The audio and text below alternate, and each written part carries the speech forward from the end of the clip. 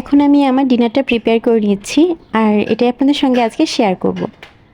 আসলে এখন আমি যেটা তৈরি করছি এটা একটু হেভি খাবার, ওয়েট লসের যেহেতু ট্রাই করছি আমি। তো সারাদিন আমি লো ক্যালোরি খাবার খেয়েছি।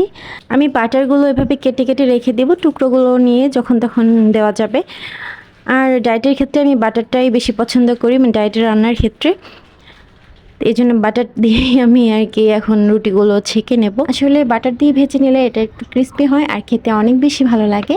বাটারে আমি একটু ডিমটাও ভেজে নেব। এই যে ডিম উল্টানোটা অনেক বেশি চ্যালেঞ্জিং আমার কাছে। তো প্রত্যেকবার কিন্তু এমন হয়ে যায় না। এই পার্টটা কিন্তু আমার কাছে অনেক বেশি ভালো লাগে। মন মতো অনেক কিছু দিয়ে আমি এটা মানে তৈরি করে নিয়েছি। এখানে ডিম দিয়েছি, আমি শসা দিব আর টমেটো দেব। আজকের ভিডিওটি এ পর্যন্তই। ভালো লাগলে সাবস্ক্রাইব করে দেবেন। টাটা।